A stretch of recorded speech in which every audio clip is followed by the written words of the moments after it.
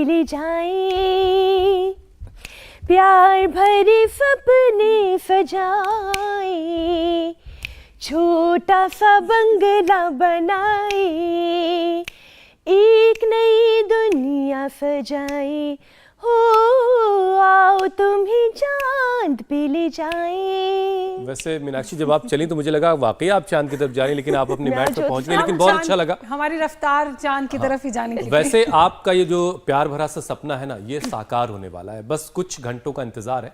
और फिलहाल तो हम विक्रम लैंडर के सहारे चांद से बातें करेंगे, उसकी खूबसूरती का दीदार भी करेंगे, उसे निहारेंगे भी और फुर्सत से उसका हालचाल भी जानेंगे। बिल्कुल हुसैन, पूरी दुनिया को इस लम्हे का बेसब्री से इंतजार है और ऐसा अनुमान है कि आज शाम 6:04 पर विक्रम लैंडर चांद की सतह पर उतरेगा और इसके साथ चंद्रमा के साउथ पोल पर उतरने वाला ये भारत का पहला लैंडर होगा और भारत पहला देश होगा। सोचिए वो कैसा लम्हा होगा जब विक्रम की सॉफ्ट लैंडिंग होगी। इसरो की कंट्रोल रूम से लेकर गली मोहल्ले घर ऑफिस हर जगह गजब का एक्साइटमेंट होगा। ये एक्साइटमेंट अभी से फील हो रहा है, मेरी धड़कनें अभी से तेज हो रही हैं। हो सकता है कल की तारीख में हमें भी जाने का मौका मिल जाए। हाँ। बहरहाल देखिए, ये एक्साइटमेंट सेहत के लिए भी अच्छा है क्योंकि इससे बॉडी तेजी से रिएक्ट करती है, हार्ट बीट ब्रीदिंग रेट्स अच्छे होते हैं, बेहतर होते हैं। लेकिन दिक्कत तब आती है जब आप ओवर एक्साइटेड हो जाते हैं और ओवर एक्साइटमेंट के चक्कर में स्ट्रेस ले लेते हैं। अति तो हर चीज की खतरनाक है हुसैन, और ये बिल्कुल ठीक बात आपने कही कि ओवर एक्साइटमेंट खतरनाक है, जो न सिर्फ मेंटल हेल्थ पर असर डालता है बल्कि शरीर के सारे ऑर्गन्स डिस्टर्ब होने लगते हैं और सबसे ज्यादा नुकसान तो मांसपेशियों को पहुंचता है, क्योंकि जब हम रिलैक्स रहते हैं तो मसल्स भी रिलैक्स रहती हैं।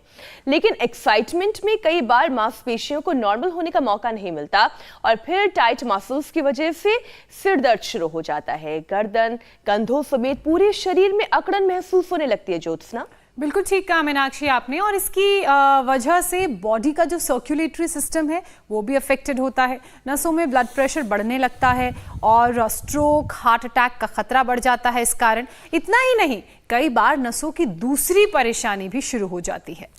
और तभी तो किसी भी बड़ी घटना पर लोग पहले ये कहते हैं कि दिल थाम कर बैठिए, ताकि ओवर एक्साइटमेंट या ओवर स्ट्रेस की वजह से आपकी तबीयत खराब ना हो जाए। तो चलिए योग करते हैं और बॉडी को नॉर्मल रखने के साथ साथ आने वाले यादगार पल का भी इंतजार करते हैं। स्वामी जी, बहुत बहुत स्वागत आपका। प्रणाम। प्रणाम स्वामी जी। प्रणाम स्वामी जी। हो सकता है हम लोग जल्दी एक कैंप लगाएं चांद पर। ऐसे लोग चांद पर जमीन तो खरीदने लगे हैं। योगिक कैंप, ये बहुत अच्छी बात है।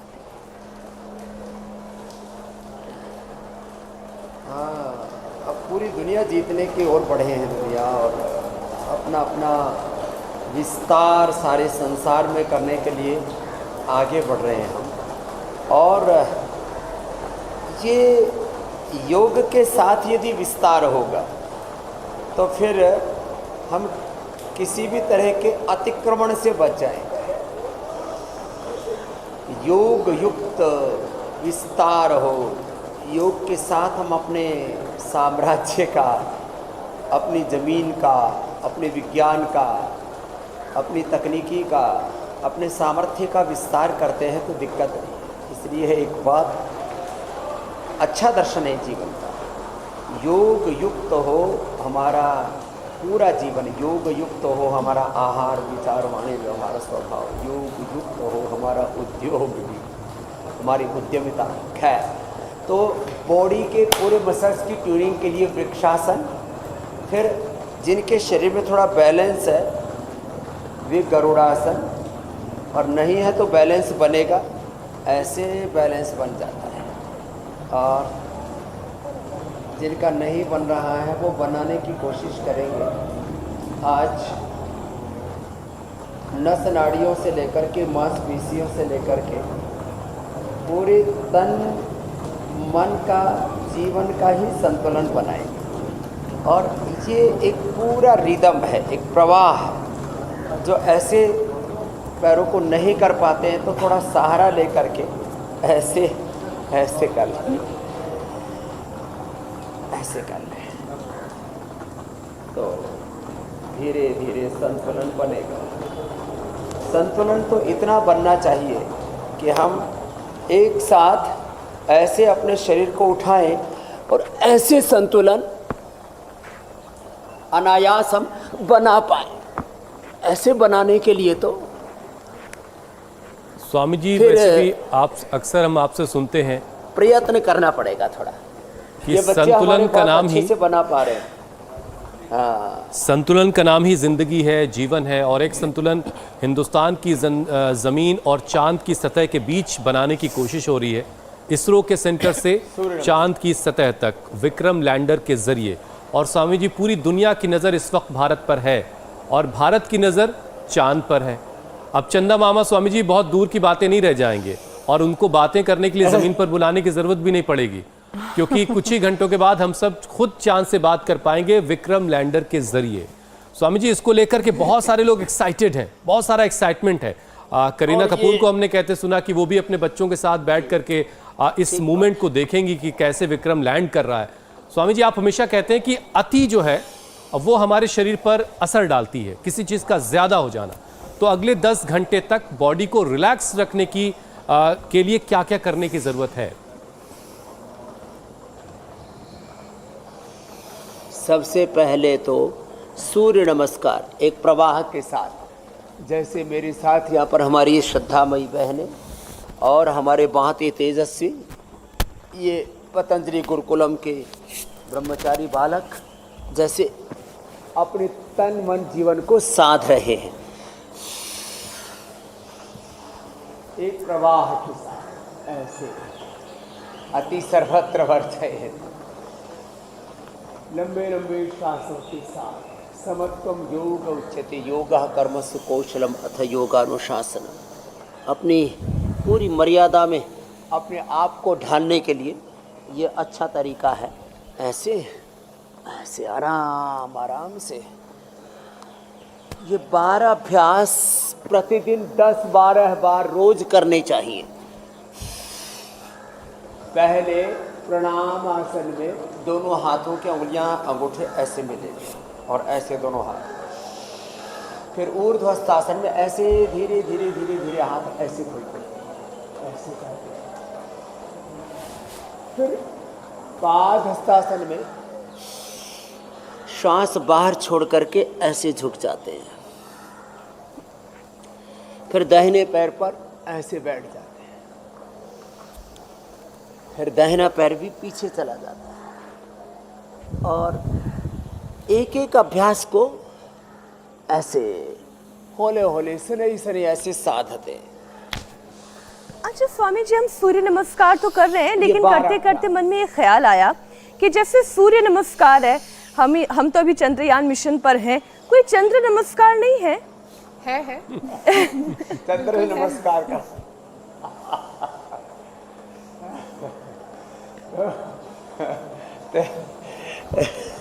वैसे तो सूरज चांद हमारे भीतर है, बाहर वाले भी हैं। तो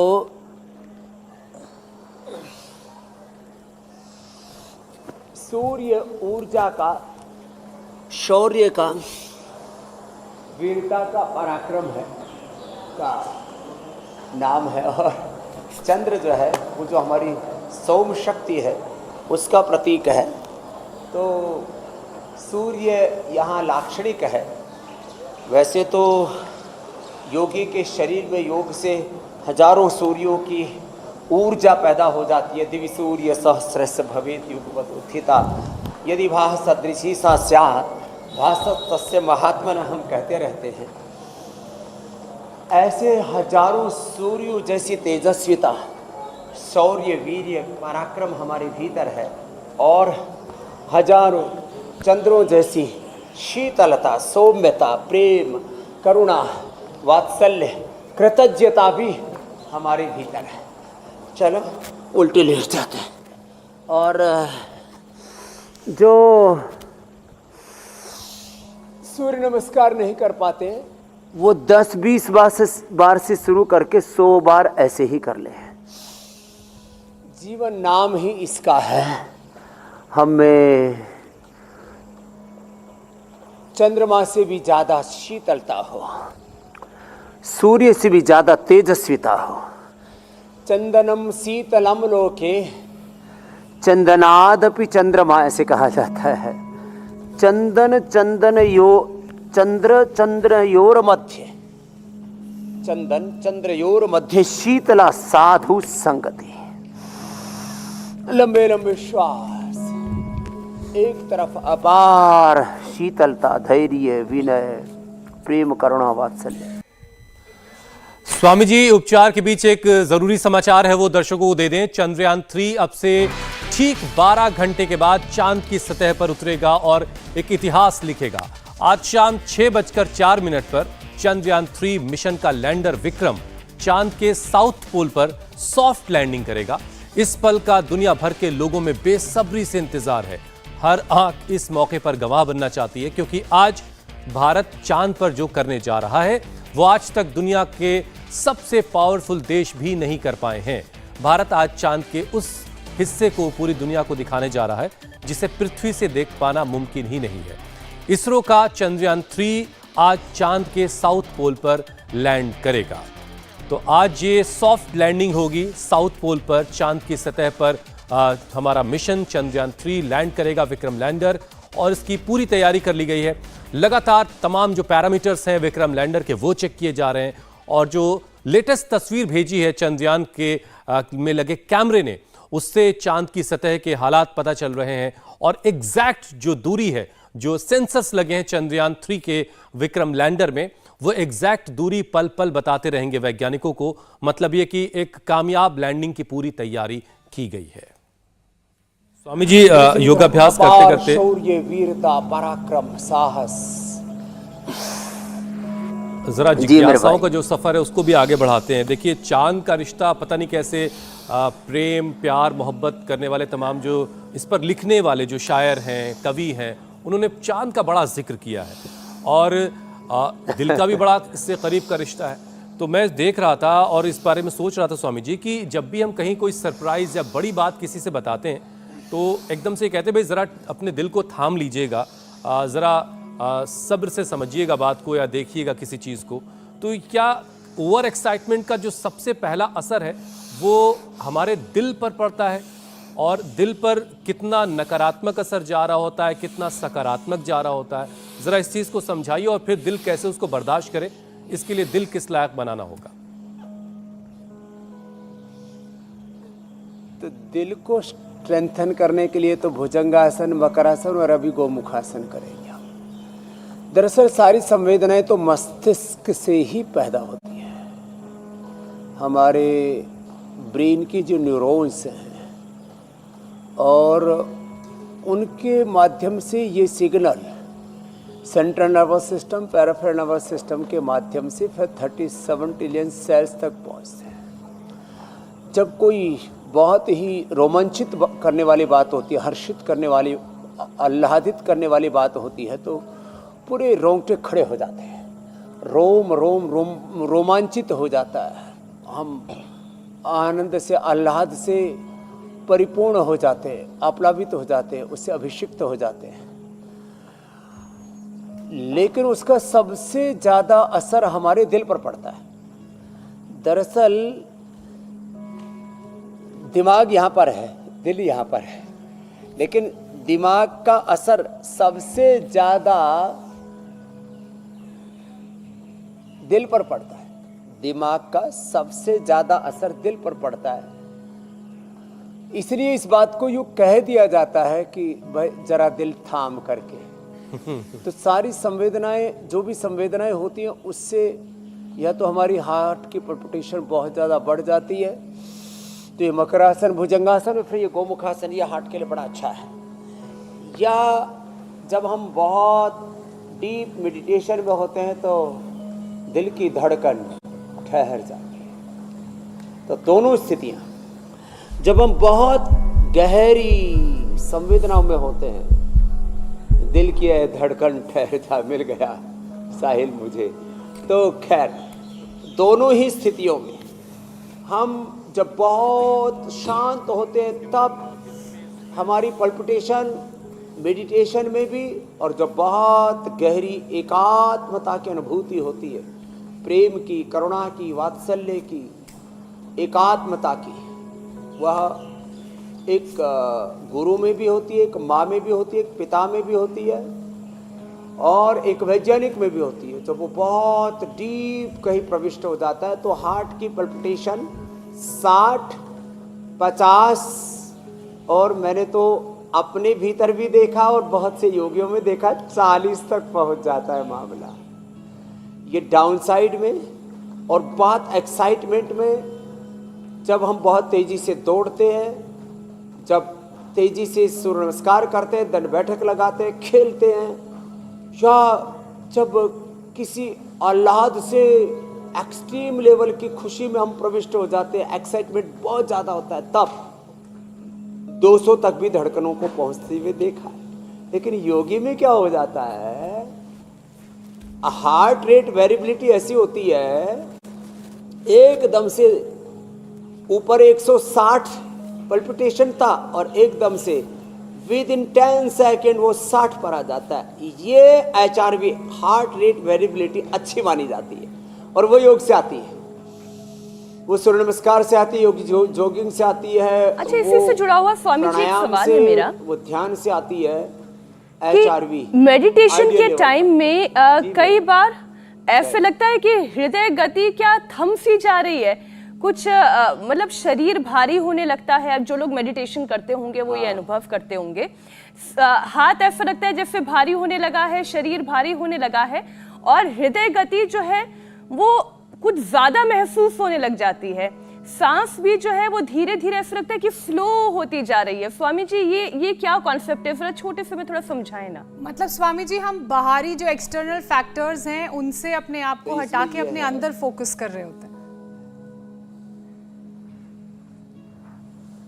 हाँ, देखो ज्योत्सना जी, जो आपने कहा, जब हम अंतर्मुखी हो जाते, योग की भाषा में बोले स्थित प्रज्ञ हो जाते, एकाग्र चित्त हो जाते हैं, आत्मनेव आत्मना तुष्टः स्थित प्रज्ञस्तद उच्यते, प्रजाहाति यदा कामान सर्वान पार्थ मनोगतान आत्मनेव आत्मना तुष्टः स्थित प्रज्ञस्तद उच्यते। जैसे अभी मैं पूरे अंतर्मुखता के साथ, स्थित प्रज्ञता, एकाग्रता के साथ अपने सेल्फ में, अथ योगानुशासनम योगश्चित्त वृत्ति निरोध तदा दृष्टो स्वरूप अवस्थान, अपनी निजता में प्रतिष्ठित होकर के जब बात भी कर रहा हूँ तो मेरे हृदय की धड़कन बहुत शांत हो गई। ऐसे ये बहुत ही आइडियल पोजीशन होती है। इसी को कहा जाता है योगस्थक कुरकर्माणि संगम त्यक्त्वा धनंजय सिद्ध सिद्धो समो भूत्वा समत्तम योग उच्यते।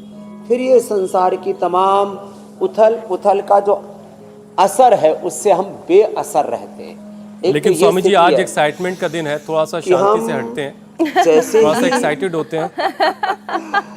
गली में चांद निकले तो एक्साइटमेंट, चांद पे जाना हो तो एक्साइटमेंट, तो थोड़ा एक्साइटमेंट रखते हैं आज जरा।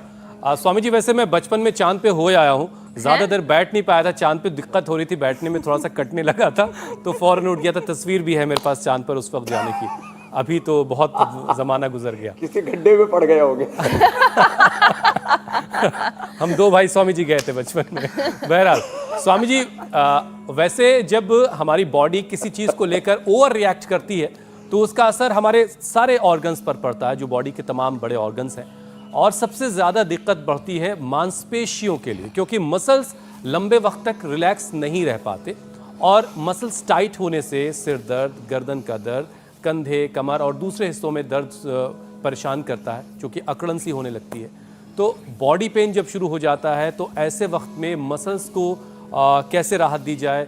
क्या मसल्स का हेल्दी रहना, स्ट्रांग रहना की वजह से दर्द कम होगा? मसल्स की प्रॉपर ट्यूनिंग करने के लिए एक तो देखो बिल्कुल सिंपल है, ऐसे हाथ और पैर दोनों को एक साथ,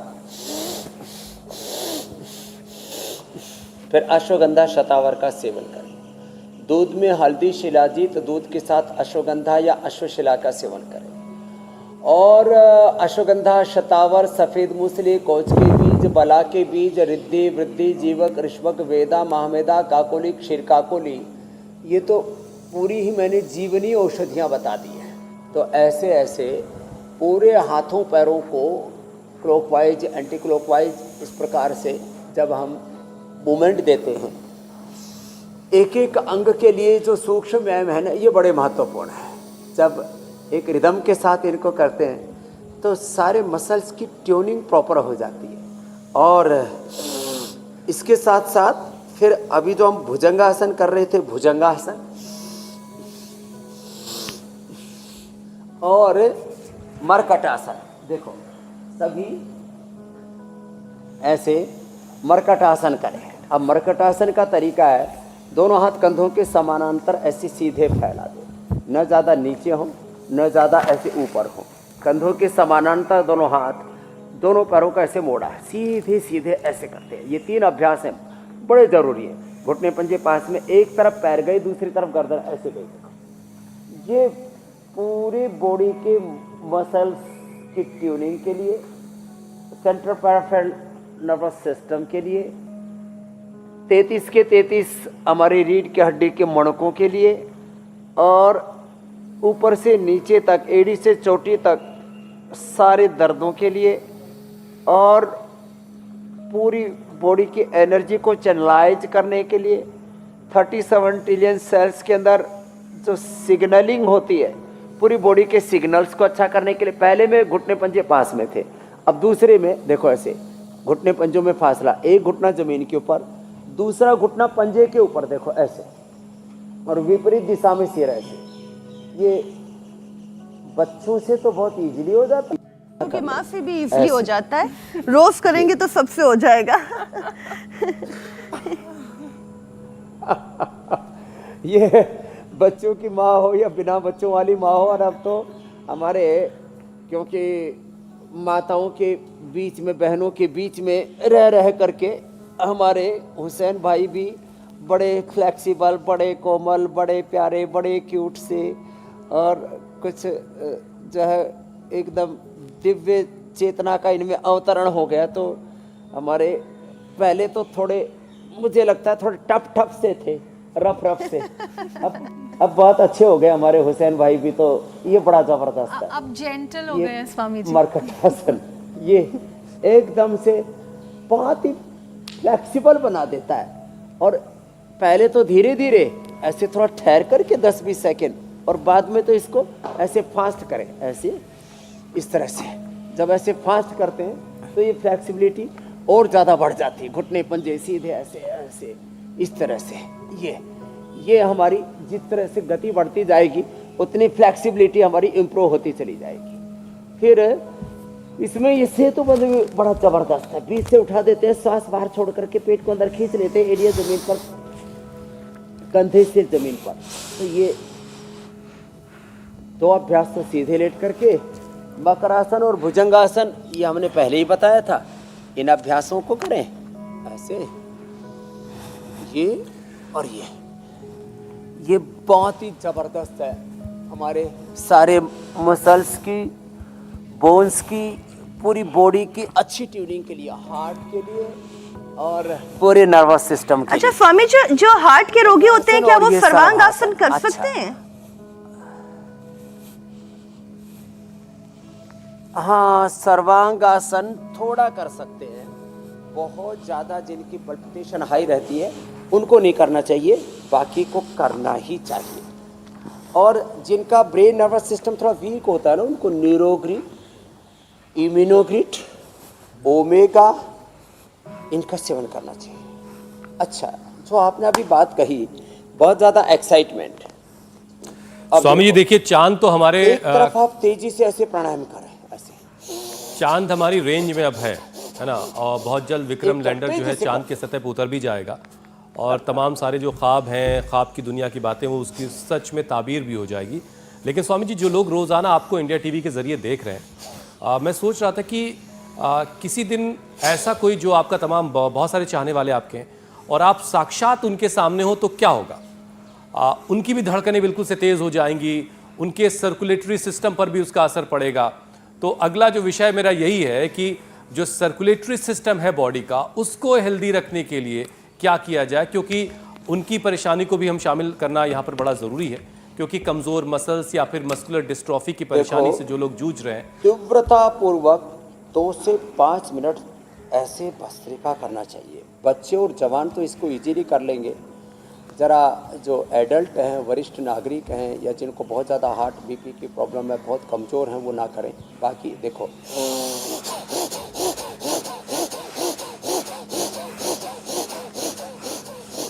चेहरे पर कोई खिंचाव, दबाव नहीं, तनाव नहीं, पूरा शरीर रिलैक्स है, लेकिन पूरे वेग से सांस को ले रहे हैं।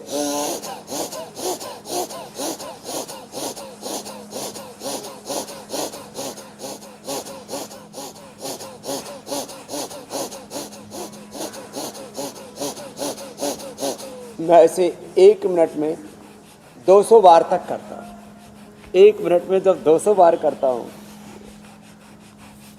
तो मेरी जो हार्ट रेट है वो भी पूरी 200 से 200 पहुँच जाती है। और जैसे ही मैं 10 सेकंड ऐसे सांसों को देखता हूँ, वापस 60 तक, एक तरफ 60, दूसरी तरफ 160 और 200 तक। ये मैं कह रहा था आपको, हार्ट रेट वेरिएबिलिटी। ऐसे पहले से ही अपने बॉडी को ऐसे ढाल लें, अपने आप को ऐसे संवार लें, इस तरह से अपने शरीर पर नियंत्रण पा लें, अपने शरीर पर, अपनी इंद्रियों पर, अपने मन पर, अपनी ऊर्जा पर, अपनी बॉडी के टेम्परेचर तक पर भी योगी विजय पा लेता है।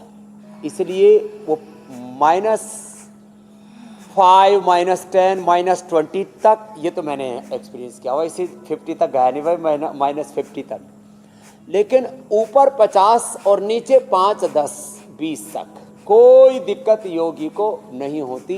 वह अपने तन मन जीवन को इस प्रकार से ढाल लेता है।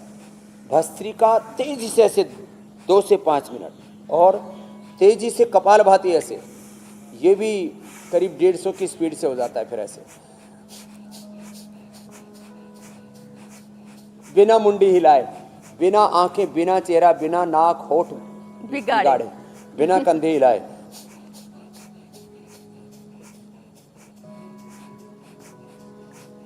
ये। और एक कभी कभी मैंने बताया, आज थोड़ा ये बात बहुत एक्साइटमेंट की, और फिर अपने आप को कैसे कंट्रोल बैलेंस करने की आ रही थी, इसलिए मैं ये बात सिखा रहा हूँ आज विशेष रूप से। भस्त्रिका, कपालभाति, ऐसे तीव्रतापूर्वक अनुलोम विलोम भी। अब ये बच्चे नए नए हैं, कुछ तो कुछ पुराने हैं।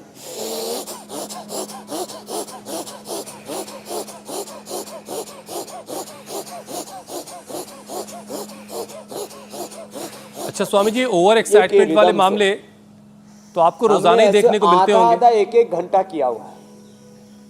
लेकिन हुसैन, मैं ये बस एक बात जोड़ दूं, स्वामी जी, जो धीरे धीरे अनुलोम विलोम करने में जो मजा है ना, वो तेजी में नहीं है।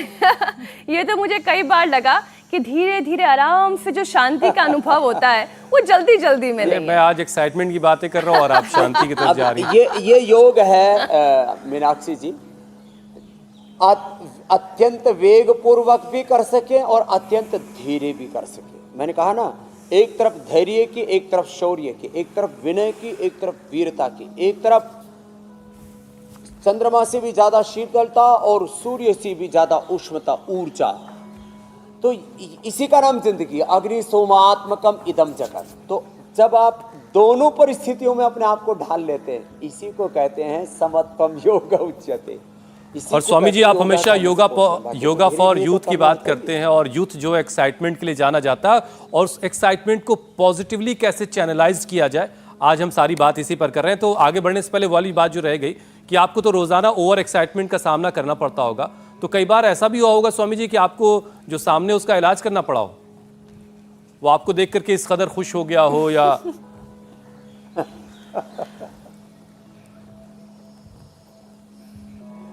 हाँ, किसी में तो ऐसा लगता है कि कोई भूत प्रेत आ गया है, किसी में ऐसा लगता है कि कोई हनुमान जी आ गए, किसी में ऐसा लगता है कोई शिव जी आ गए, शिव की तरह तांडव करने लगते हैं, कुछ जो है हनुमान जी की तरह उछलने लगते हैं। तो मैं कहता हूँ भाई, ओम शांति ही शांति ही शांति, थोड़ा धीरज रखो मेरे भाई। तो देखो, चलिए, ये तो रखना ही पड़ेगा। हाँ, तो ये एक तो मैंने तेजी से बताया अभी, आपको देख करके खुश होना, चांद की सतह पर पहुंचने की खुशी होना, और है, लेकिन इस खुशी को कंट्रोल करना आना भी बड़ा ज़रूरी है, जिसके बारे में स्वामी जी बता रहे हैं। अच्छा स्वामी जी, देखिए कुछ बच्चों को मस्कुलर डिस्ट्रॉफी की प्रॉब्लम होती है और कई बार ऐसा होता है कि उनको नहीं होती है और वो सेहतमंद दिख रहे होते हैं, लेकिन उनके पैरों की जो उंगलियां हैं वो काफ़ी फैली फैली सी और कई बार मुड़ी मुड़ी सी होती हैं। इससे छुटकारा दिलाने के लिए कौन कौन से योगाभ्यास किए जा सकते हैं? पैरों की जो उंगलियां हैं, देखो, ये excitement हाथों पैरों की उंगलियां थोड़ी सी टेढ़ी मेढ़ी से हो जाती है, अकड़ जाते हैं, चेहरा भी अकड़ जाता है ऐसे ऐसे, वो मतलब एक अलग प्रकार के मूवमेंट्स उनके शरीर में होने लगते हैं। तो ऐसी स्थिति में जो अभी हम सूक्ष्म व्यायाम बता रहे थे, ये तो करना ही चाहिए। और यदि किसी को बचपन से, चलो बच्चों बेटियां तो सब करो सर्वांग आसन और आप शीर्षासन करो, जो बचपन से शीर्षासन सर्वांग आसन करते हो, और ये सूक्ष्म व्यायाम मैं बता रहा हूँ ये हाथों पैरों के लिए, और मस्कुलर डिस्ट्रॉफी हो, सेरेब्रल पैलिसी हो, या तमाम नस नाड़ियों से जुड़ी हुई न्यूरो प्रॉब्लम्स हों, उनके लिए मैं एक बात कहना चाहता हूँ। हमने अश्वगंधा, शतावर, सफ़ेद मूसली, कोच बीज, बला बीज, जो अभी मैं बता रहा था, रिद्धि, वृद्धि, जीवक, रिष्पक, मेदा, महामेदा, काकोली, क्षीर काकोली, इसके लिए एक इम्यूनोग्रिट पाउडर, ये एक एक चम्मच सुबह से, और इम्यूनोग्रिट वटी, छोटे बच्चे जो 5 साल से नीचे वाले एक एक, और जो 8-10 साल वाले हैं वो 2-2, ये इसका सेवन करते हैं। साथ में ज़्यादा ही प्रॉब्लम है तो थोड़े दिन तक 2-4 महीने न्यूरोग्रिट भी दे देते हैं, ओमेगा दे देते हैं। और मैंने देखा सेरेब्रल पैलिसी वाले बच्चे और ख़ास करके मस्कुलर डिस्ट्रॉफी वाले, ये बड़ी प्रॉब्लम है, उनको अति विशेष लाभ होता है। और ऐसे बच्चे जिनको ये बचपन में प्रॉब्लम थी, आज डॉक्टरी करके, इंजीनियरिंग करके बिजनेस कर रहे हैं और बहुत अच्छे से अपनी ज़िंदगी को जी रहे हैं। तो मैं सबसे कहना चाहूँगा, किसी के भी बच्चे को मस्कुलर डिस्ट्रॉफी है, किसी के भी बच्चे को ये सेरेब्रल पैलिसी, ये दोनों मिला करके करीब 10 करोड़ लोग हैं, 10 करोड़, छोटी आबादी नहीं है। उन सब तक आज इंडिया टीवी के माध्यम से हम जो कह रहे हैं, इस संदेश तो पहुंचाएं। अच्छा स्वामी जी, देखिए मांसपेशियों के बाद अब बात नसों को मजबूत करने की भी कर लेते हैं, क्योंकि नसों का मजबूत रहना बहुत ज़रूरी है।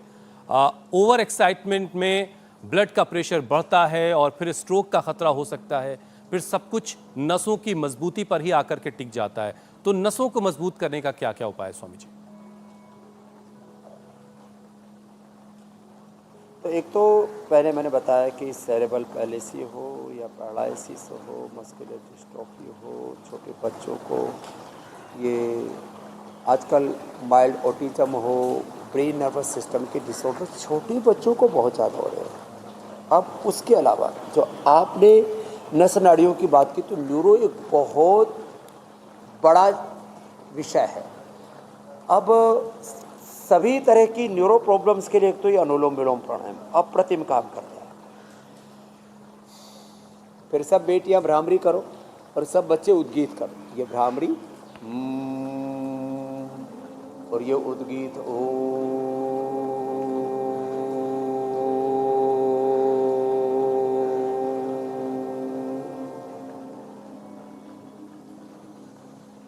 तो एक तरफ ये भ्रामरी, दूसरी तरफ ये उद्गीत और ये अनुलोम विलोम। और जब श्वास अंदर रोक करके करते हैं ना,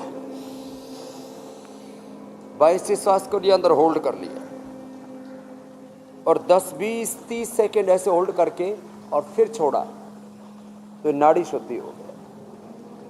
तो अनुलोम विलोम, नाड़ी शुद्धि, भ्रामरी, उद्गीत, और फिर सांसों के साथ ओंकार या गायत्री ध्यान, और खाली पेट न्यूरोग्रिट, इम्यूनोग्रिट, खाने के बाद अश्वगंधा, त्रयोदशांग गुग्गल, इतना लेने पर फिर किसी भी प्रकार की कोई न्यूरो प्रॉब्लम नहीं रहती है। और यहाँ तक कि जिनको न्यूरोपैथी होती है उनको भी हम 1-1 घंटा अनुलोम विलोम करा देते हैं। और अब बात रही,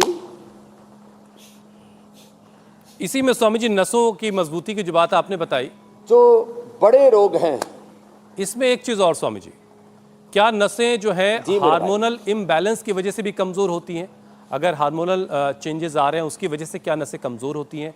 जैसे उसी प्रेगनेंसी को के मैं बाद आगे भी जोड़ने वाला नर्स था जो है वो कि उनमें ये जो प्रॉब्लम नस दिखती नाड़ियों है, की जो प्रॉब्लम है, तो इस इम्बैलेंस को कैसे ठीक करें?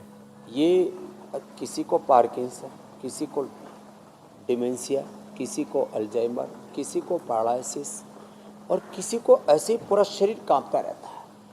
तो एक तो विटामिन B12 बी कॉम्प्लेक्स की कमी के कारण से भी ऐसा होता है, ओमेगा की कमी के कारण से भी ऐसा होता है। तो जिनके ऐसे हाथ पैर कांपते हैं, नस नाड़ियाँ कांपती हैं, कई बार लंबे समय तक अल्कोहल आदि का सेवन, नशे आदि का सेवन करने से भी ऐसा हो जाता है, तो उनको तो नशा से मुक्त होकर के द्राक्षासाव का सेवन करना चाहिए, दूध में हल्दी, शिलाजीत या अश्वगंधा या अश्वशिला का सेवन करना चाहिए। अब दूसरी बात, जिनको विटामिन B12 की कमी है उनको न्यूट्रेला डेली एनर्जी अथवा मोरिंगा, सबसे बेस्ट है मोरिंगा, जिसको सहजना कहते हैं। अब सहजने का के पत्तों का रस भी पी सकते हैं, सहजने की फली की सब्जी भी खा सकते हैं, और आजकल तो मोरिंगा की टैबलेट आने लग गई हैं, उनका सेवन कर सकते हैं, तो ये नस नाड़ियों की दिक्कत से बच सकते हैं। ओमेगा के लिए सबसे बेस्ट है फ्लैक्सीड, तो फ्लैक्सीड को भून करके भी खा सकते हैं। फ्लैक्सीड को थोड़ा भून करके पाउडर बना करके दही के साथ, छाछ के साथ, दूध के साथ भी सेवन कर सकते हैं, पानी में घोल करके भी पी सकते हैं। फ्लैक्सीड के हमने तो कैप्सूल भी उपलब्ध करा दिए हैं, और जो मांसाहारी वो लोग तो मछली का तेल खाते हैं। हमने फ्लैक्सीड से और सीबकथोर्न से एक कैप्सूल बना दिया, सीबकथोर्न का और ओमेगा का। तो ओमेगा का सेवन करें, एक एक दो दो चम्मच गाय का घी खाते रहें, तो ये ब्रेन की न्यूरॉन्स के कमज़ोर पड़ने से, स्नैप्स के कमज़ोर पड़ने से सिग्नल्स वीक हो जाते हैं, और उसके कारण से फिर नस नाड़ियाँ कमज़ोर होती हैं, तो नहीं होंगी। तो 1 से 2 चम्मच गाय का घी खाएं या मक्खन खाएं या ओमेगा का सेवन करें, या जैसे मैंने कहा मोरिंगा का सेवन करें। टोटलिटी में ब्रेन और नर्वस सिस्टम को रेगुलेट करने के लिए सबसे अच्छी भारतीय औषधि है अश्वगंधा। चाइनीज लोग जिंगसंग का प्रयोग करते हैं, कुछ लोग अश्वगंधा को और शिलाजीत आदि को ताकत की दवाई या सेक्स टॉनिक मान करके अवॉइड करते हैं, और कुछ लोग फिर जो उसके बारे में कुछ गलत सोच भी रखते हैं। ऐसा नहीं है, शिलाजीत और अश्वगंधा ये दोनों ही हमारे नस नाड़ियों के लिए, नर्वस सिस्टम के लिए बेस्ट चीज़ है। अमित जी देखिए, इंतजार हो रहा है जी मेरे भाई, हेल्थ टिप का, और आज एक बड़ी एक नई शुरुआत हम करने जा रहे हैं हेल्थ टिप में, उस पर हम बात करें। उससे पहले कल के कार्यक्रम के बारे में दर्शकों को बता देते हैं कि कल क्या खास होने वाला है। कौन है आंखों का नया दुश्मन जो बढ़ा रहा है चश्मे का नंबर? पूरी दुनिया में फैला इसका जाल, कैसे बचेंगे हम और आप? यौगिक उपाय से बचेगा विजन, खतरा टलेगा, तेज होगी आपकी नजर। तो आंखों से जुड़ी हर एक परेशानी का हल, हर एक सवाल का जवाब कल आपको मिलेगा, और 7:56 से पहले इंडिया टीवी लगा लीजिएगा। स्वामी जी, हेल्थ टिप का वक्त है, और आज से हम एक नई शुरुआत कर रहे हैं। जो आप आयुर्वेदिक थेरेपीज बताते हैं वो कैसे घर पर की जा सकती है, ये आज हम आपसे सीखने की शुरुआत करेंगे। और आज पहली बारी है जल नेति की। जल नेति का मेरे भाई हुसैन जी सहज तरीका है, खड़े होकर के अथवा बैठ करके घुटनों के बल जल नेति के लोटे को 75% पानी से भर लेते हैं। थोड़ा गुनगुना पानी होता है, उसमें थोड़ा सेंधा नमक डालते हैं। अब बाएं नाक से लगाते हैं और मुंह खोल कर रखते हैं, नाक से सांस नहीं लेना। बाएं नाक से लगाते ही और सांस मुंह से लेते रहेंगे तो अपने आप बाएं नाक से लगाया तो दाएं से पानी पड़ना शुरू हो जाता है, और इसकी धार बन जाती है, अखंड धार प्रवाहमान होती है। ऐसे दाएं से लगाया बाएं से आ जाता है सहज रूप से, और वो प्रवाह अपने आप चलता रहता है। और ऐसे ही जब दाएं से लगाते हैं तब बाएं से, तो बाएं से लगाते हैं तो दाएं से, ये दोनों नाकों से करना चाहिए। करीब 100 ml पानी एक नाक से निकालना चाहिए। इसको कहते हैं जल नेति। या आंखों के लिए, पर करते वक्त कोई खास सावधानी बरतनी है? एलर्जी के लिए बहुत अच्छी होती है। इससे बस एक ही सावधानी बरतनी है, नाक से सांस नहीं लेना। नाक से सांस लेने पर दिमाग में चढ़ जाता है, इतनी सावधानी रखनी है। और इसके करने के बाद कपालभाति जरूर करना है, और वो भी थोड़ा सा ऐसे सिर झुका करके करना है, क्योंकि इसमें पानी या माथे में या नॉस्ट्रिल्स के पीछे गले में इधर रुक जाता है, तो उससे कफ कोल्ड या सिर दर्द होने की संभावना रहती है। ज़िंदगी भर के लिए आपको साइनस आदि की प्रॉब्लम हो सकती है। तो जैसे ही जल नीति करते हैं उसके बाद माथा थोड़ा ठोक करके और ऐसे दोनों तरफ से कनपटी पर हाथ मार करके थोड़ा सा सिर झुका करके कपालभाति अवश्य करना चाहिए। ये जल नीति करने की विशेष विधि हुई। वैसे स्वामी जी ये लोटा भी कुछ खास है, इसकी टोटी थोड़ी लंबी से नजर आ रही। बहरहाल अब आपसे अनुमति लेने का वक्त है। बहुत बहुत शुक्रिया स्वामी जी।